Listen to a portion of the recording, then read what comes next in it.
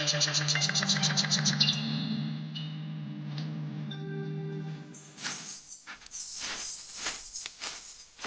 5 महीने की गर्भवती थी। उसका पति मनीष 4 महीने पहले एक एक्सीडेंट में मर गया। सास ससुर ने उसे बोझ मान लिया और गांव वालों ने भी मुंह फेर लिया। पर राधा हारने वालों में से नहीं थी। वो अपने रिक्शा को खुद खींचती। पेट भारी था, पसीना बहता था, पर हिम्मत भी वही थी उसकी। राधा का रिक्शा पुराना था, टायर ढीले थे और सीटें भी टूटी हुई। पर हर सुबह वो उसे पोंछती, फूल चढ़ाती और दुर्गा माँ से एक दुआ करती। माई, बस आज भी एक सवारी भेज देना। पेट के लिए दाल चावल मिल जाए इतना काफी है। हट साले, रास्ता छोड़। ये पेट में बच्चा पल रहा है, बोझ नहीं, बम है। चौंकती है। लोग रुक जाते हैं, कोई हंसता है, कोई डरता है। एक दबंग आदमी, जग्गा ठाकुर, राधा की राह रोकता है। बहन जी, रिक्शा चलाना तो समझा, पर मुंह चलाने लगी अब। तेरे मर्द की जगह भरने आई है क्या? मर्द तो तू भी है ना ठाकुर, लेकिन खड़ा तब होता है जब औरत झुके। मैं झुकती नहीं। कुछ खिसक लेते हैं, कुछ रुक जाते हैं।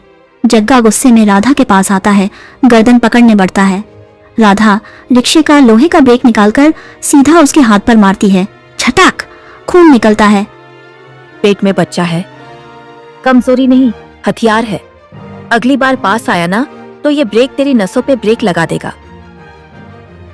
ये औरत नहीं रही, दुर्गा माई खुद उतर आई हैं।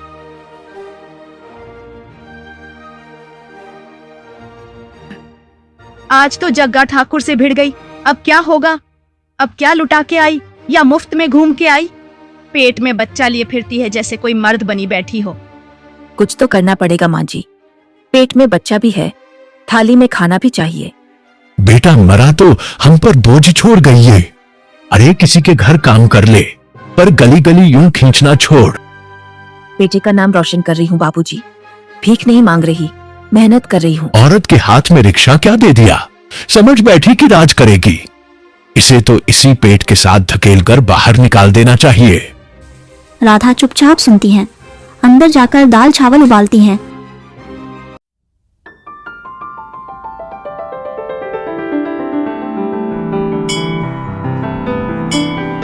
अरे वो तो विधवा है, उसके कदम मंदिर में पड़े तो मां नाराज हो जाएंगी। गरीब है, अपवित्र है। मंदिर का मुख्य पुजारी पंडा आगे आता है। पंडा राधा के सामने दीवार बनकर खड़ा हो जाता है। रुक जा, ये पवित्र जगह है, विधवा औरत के लिए नहीं। तेरे जैसे अपशकुन लोगों को मंदिर में प्रवेश की इजाजत नहीं है। ये खून मेरी मेहनत का है। खेत जोते हैं, लकड़ी काटी है, चूल्हा जलाया है, रिक्शा चलाया है। ये हाथ अशुद्ध नहीं है। ये हाथ माँ की तरह पोषित करने वाले हाथ हैं। औरत का नहीं, इंसान का हक है यहाँ चढ़ना। तू कौन होता है मुझे रोकने वाला? कुछ पुरुष स्तब्ध होकर राधा को देखते हैं। राधा सीढ़ियां चढ़ती है, हर कदम जैसे धरती को चुनौती देता है। पंडा किनारे हो जाता है, न बोलता है न रोकता है। मंदिर के द्वार पर पहुंचकर राधा रुकती है। माँ दुर्गा की विशाल मूर्ति के सामने खड़ी होती है। वो सिर नहीं झुकाती, बल्कि सीना तानकर आरती चढ़ाती है। हे माँ, मेरे बच्चे को सलामत रखना। बाकी तू जानती है, मुझे इन हालातों से लड़ने की ताकत देना। माँ दुर्गा की मूर्ति के पीछे सूरज की पहली किरण पड़ती है, मानो खुद माँ ने उसे स्वीकार कर लिया हो। रात गहरी थी, चांद बादलों में छिपा हुआ था। सड़क सुनसान और रिक्शा टूटा पड़ा था, और उसी सड़क पर राधा बैठी थी, अकेली, थकी मगर अडिग। अरे देखो देखो, ये वही राधा है ना जिसने ठाकुर के हाथ पर चोट मारी थी। आज तो इसका मुंह तोड़ेंगे। मंदिर में देवी बनने चली थी, अब जमीन दिखाते हैं। चलो घेर लो इसे। नरेट। राधा ने पीछे मुड़कर देखा। उसकी आंखों में डर नहीं था, लेकिन शरीर थका हुआ था। उसने ईंट उठाई, जैसे अपनी आखिरी ताकत समेट ली हो। रिक्शा मेरी रोजी है, इसे छुआ तो हाथ तोड़ दूंगी। अरे औरत के हाथ में क्या ताकत है? तू हमें डराएगी। गुंडे झपटते हैं, रिक्शा हिल जाता है। चेन जमीन से टकराकर छनाक की आवाज करती है। गुंडे रिक्शा तोड़ देते हैं।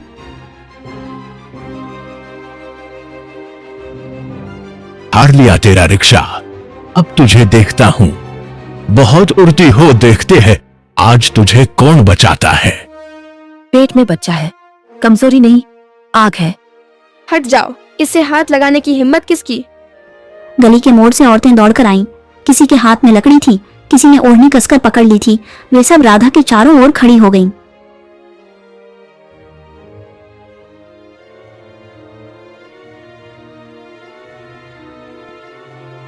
ओए, औरतों का झुंड हमें रोकेगा? हाँ, आज राधा अकेली नहीं है। अगर हाथ लगाया तो पहले हमसे होकर जाना होगा। गुंडे थोड़े पीछे हटते हैं। तभी दूर से जग्गा ठाकुर आता है।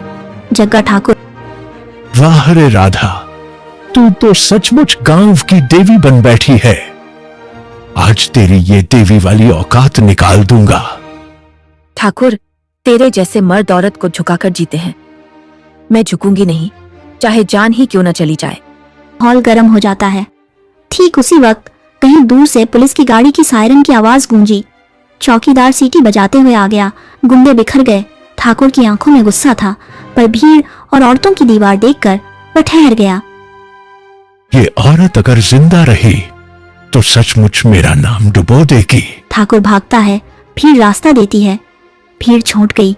औरतें घर लौट गईं। पुलिस भी वापस चली गई, पर राधा वहीं बैठी रही, टूटी हुई रिक्शा के पास। रात गहरी थी और सड़क सुनसान। टूटा हुआ रिक्शा ठंडी हवा में कराह रहा था।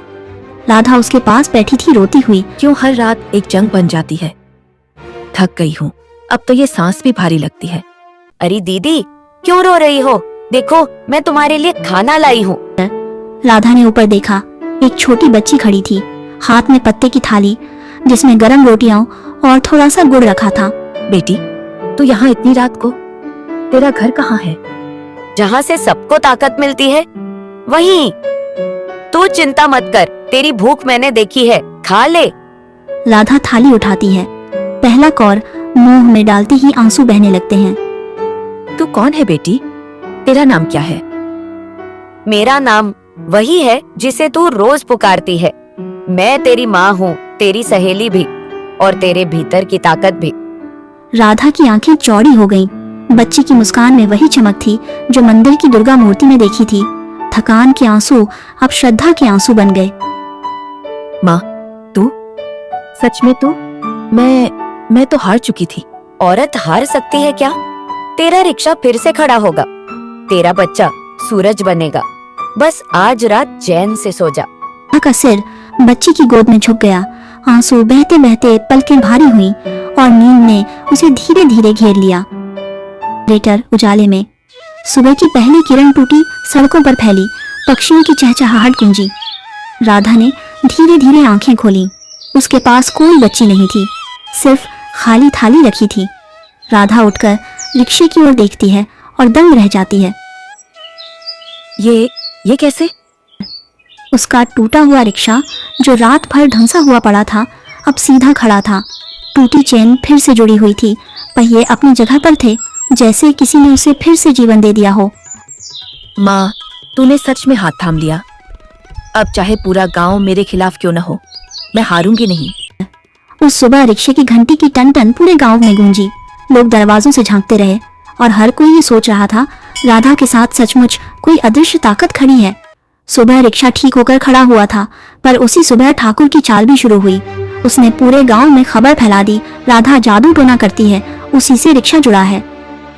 गांव के कान अफवाह पकड़ लेते हैं और आंखें सच देखना छोड़ देती हैं। कहते हैं रात में राधा पर कोई बच्ची आई थी। वो बच्ची नहीं, चुड़ैल थी। तभी तो रिक्शा अपने आप ठीक हो गया। हाँ, मैंने भी सुना, जो औरत ठाकुर से भिड़े और मंदिर में घुस जाए वो साधारण औरत हो ही नहीं सकती। राधा सुबह रिक्शा लेकर निकली। उसका मन उम्मीद से भरा था, पर रास्ते पर कोई सवारी नहीं बैठी। लोग उसे देखकर रास्ता बदल लेते।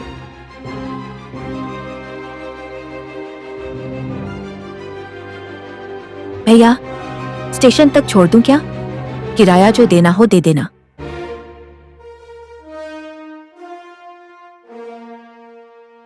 नहीं बहन, रहने दे। जादू करके खून चूस लेगी तो हम पैदल ही चले जाएंगे।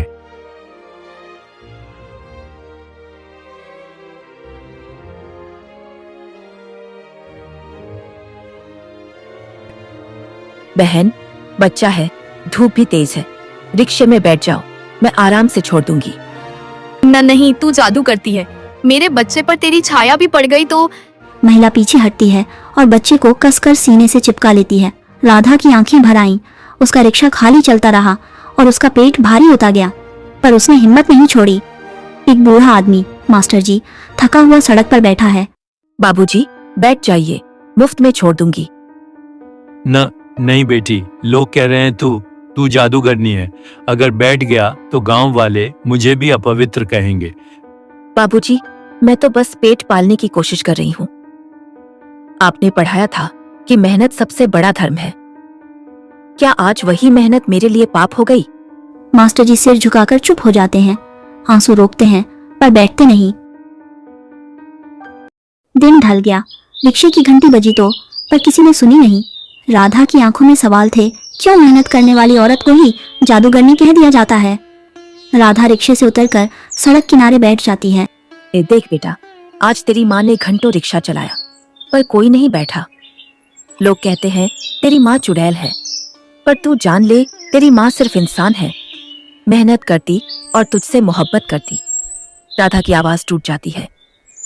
राधा, आज भूख लगी है बेटा, पर कसम है तुझे भूखा नहीं सोने दूंगी, चाहे मेरी जान क्यों न चली जाए।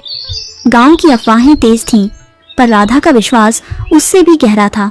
वो जानती थी सच एक दिन झूठ की दीवार तोड़ेगा। गांव में अफवाहें अपनी जड़ें जमा चुकी थीं। राधा का रिक्शा खाली चलता और उसका पेट भी। 3 दिन तक उसे कोई सवारी नहीं मिली। थाली खाली, चूल्हा ठंडा और बच्चा उसकी कोख में भूख से छटपटा रहा था। आज तो हाथ में अन्न का एक दाना भी नहीं, कैसे खाऊंगी और कैसे खिलाऊंगी?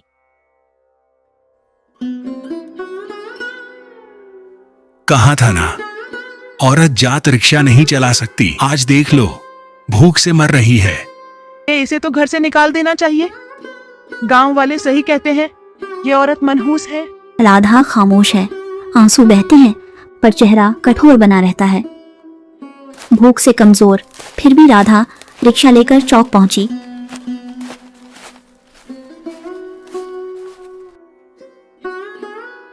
बहन, बच्चे को गोद में लिए चल रही हो, धूप तेज है, रिक्शे में बैठ जाओ, किराया मत देना, बस बैठ जाओ। नहीं राधा, तू जादू करती है। मेरा बच्चा तेरे रिक्शे में बैठा तो बीमार पड़ जाएगा, मुझे माफ कर दे। महिला आंखें फेरकर तेजी से निकल जाती है। राधा के होंठ कांपते हैं। उसका रिक्शा खाली रह जाता है। सड़क सुनसान लगती है, जैसे पूरी दुनिया उससे मुंह फेर चुकी हो। राधा रिक्शा रोककर अकेली बैठ जाती है। बेटा, सब कहते हैं तेरी माँ चुड़ैल है, पर तू ही बता, क्या मेहनत करना जादू टोना है? क्या सच्चाई से जीना पाप है? आज बहुत भूख लगी है, पर तेरे लिए मैं झुकूंगी नहीं। की आंखों से आंसू ढलकते हैं। वह सिर रिक्शे के हैंडल पर टिकाती है। तभी भीड़ में से एक जवान लड़का रामू आगे आता है।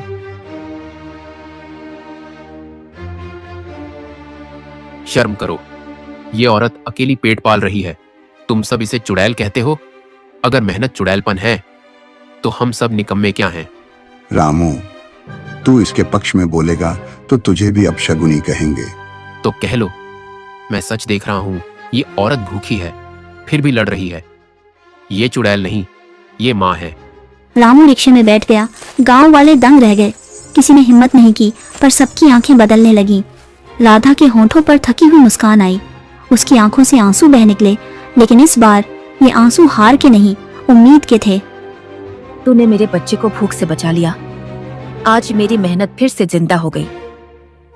उस दिन राधा को बस एक ही सवारी मिली, लेकिन वही सवारी एक क्रांति का बीज थी। गांव ने पहली बार सोचा शायद सच्चाई अफवाह से बड़ी होती है। गांव की सूनी निगाहें बदल नहीं रहीं। रामू और राधा के बीच बढ़ती नजदीकी कुछ लोगों को नागवार गुजर रही थी। अफवाहें हवा में तैर रही थी और हर फुसफुसाहट राधा की पीठ पर एक नया बोझ बैठा देती थी। ये रामू का आना जाना ठीक नहीं है। हमारे घर की इज्जत की बात है। हमारी इज्जत? हम पर ही शर्म आती है कि एक विधवा हमारी आंगन में ऐसे झूम कर आती है। रामू को समझा दो और इसे घर से बाहर का रास्ता दिखा दो। कुछ दिनों से ससुराल के चेहरे कड़वे हो चुके थे। कभी कभी रात में राधा को धक्का देकर बाहर तक निकाल दिया जाता, ताकि गांव के लोग सोचें कि घर भी उसके साथ कठोर है।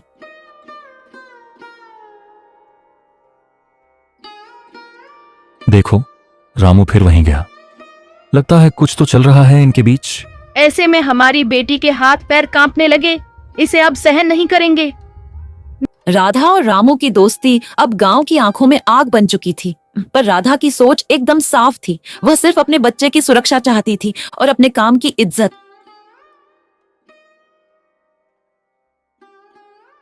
एक रात राधा के सास ससुर उसे घर से बाहर निकाल देते हैं। 9 महीने पूरे हो चुके थे। पेट बिल्कुल नीचे उतर आया था। राधा तकलीफों से कराह रही थी। वक्त कदम सुस्त थे। अचानक एक तेज दबाव, जैसे अंदर कोई भूकंप आ गया हो। ओह बच्चा, ये दर्द बहुत तेज। रात की बारिश की ठंडी बूंदें खिड़की पर टकराती हैं, जैसे जमीन भी कराह रही हो। लेटर बारिश तेज हो आई। हर बूंद मानो राधा के दर्द का स्वर बढ़ा रही हो। उसने दोहक में चिल्लाने की कोशिश की, पर गला टूट सा गया। राधा, किसी की मदद चाहिए। कौन होगा? राधा, क्या हुआ? मुझे लगा तेरी आवाज आई है। कहाँ हो? रामू, बहुत दर्द है। नहीं चाहती घर में हलचल हो। तू चला जा। मैं नहीं जाऊंगा।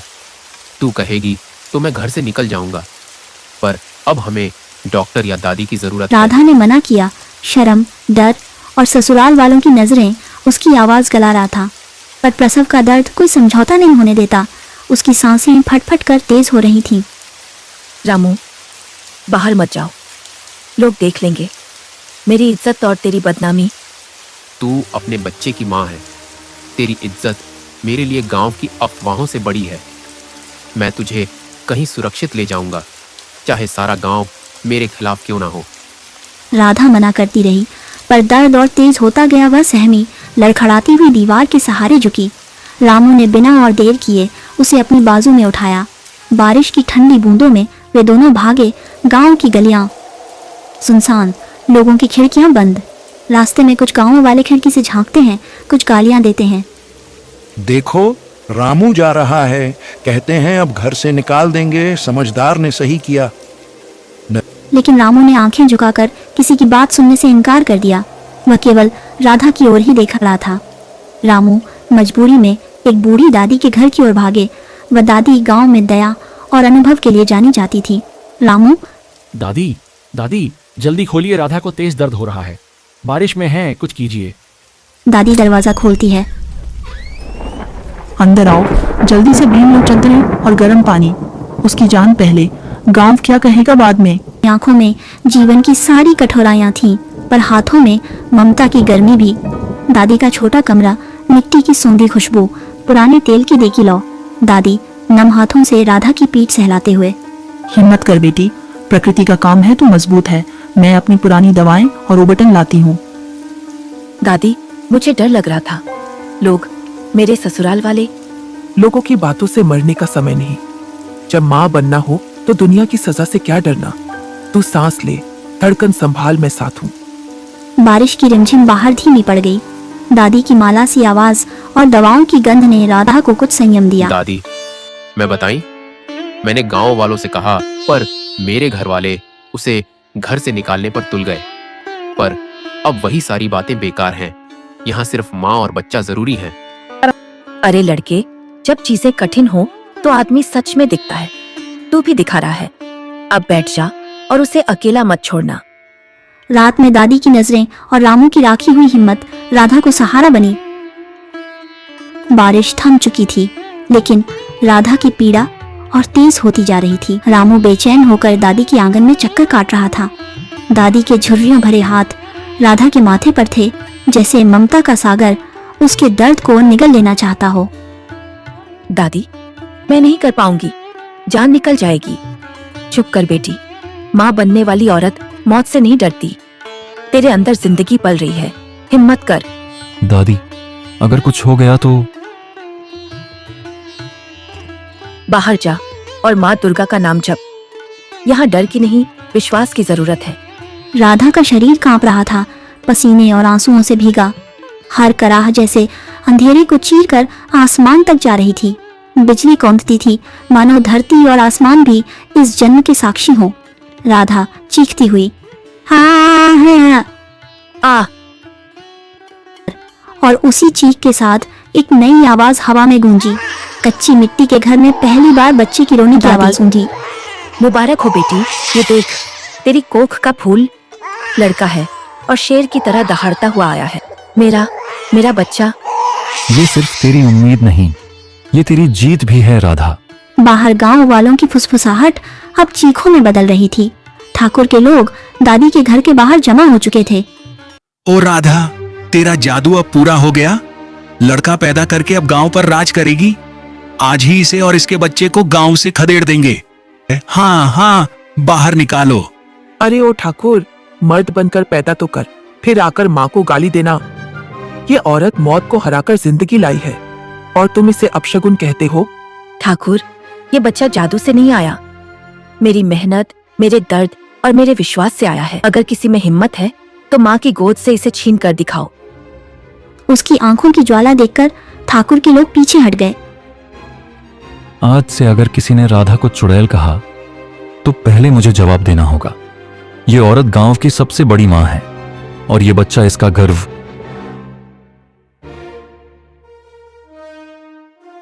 सुन लो सब, यह राधा और रामू का रिश्ता अपमान है। जिसने भी इनका साथ दिया वह मेरा दुश्मन है। भीड़ में खुसर फुसर। कुछ लोग डरते हैं, लेकिन अब कुछ लोग ठाकुर के खिलाफ बोलने लगे। ठाकुर, इज्जत छीनी नहीं जाती, कमाई जाती है, और राधा ने वो कमाई है अपने आंसुओं और मेहनत से। आज गांव देखेगा कि ताकत खून से नहीं, सच से होती है। ठाकुर, तूने राधा पर वार किया, उसे जादूगरनी कहा, गांव भर में उसकी बदनामी फैलाई।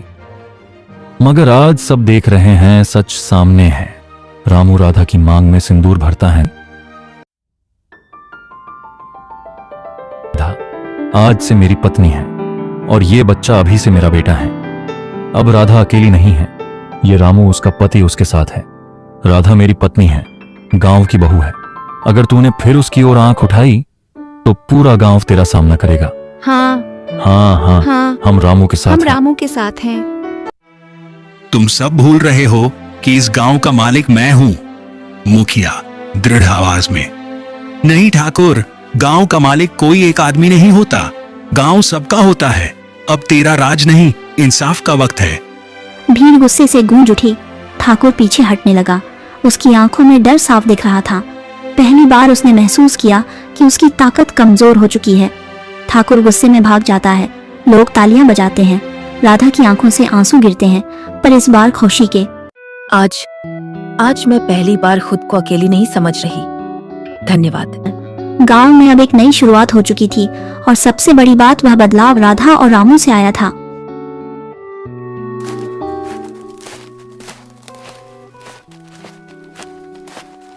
बिटिया, हमने तुझसे बहुत गलत किया। तूने हमें बार बार इज्जत दी, पर हम तेरे साथ नहीं खड़े हो सके। माफ कर दे। आज हम तुझे अपनी बहू ही नहीं, अपनी बेटी मानते हैं। राधा रोते रोते उनके पैर छूती है। सास ससुर उसे गले लगा लेते हैं।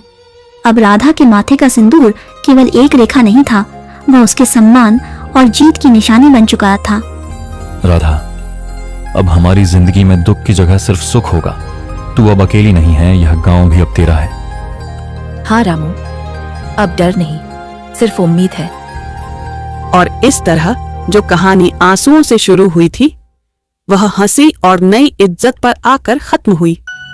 ठाकुर का आतंक ढह चुका था और राधा की जिंदगी अब एक नई सुबह बन चुकी थी। राधा की कहानी हमें सिखाती है, औरत की कोख सिर्फ जीवन नहीं जनती, वह हिम्मत भी जन्म देती है। सच की राह कठिन होती है, पर उसकी मंजिल हमेशा उजली होती है। और जो अपने आंसुओं को हथियार बना ले, उसकी हार कभी नहीं होती।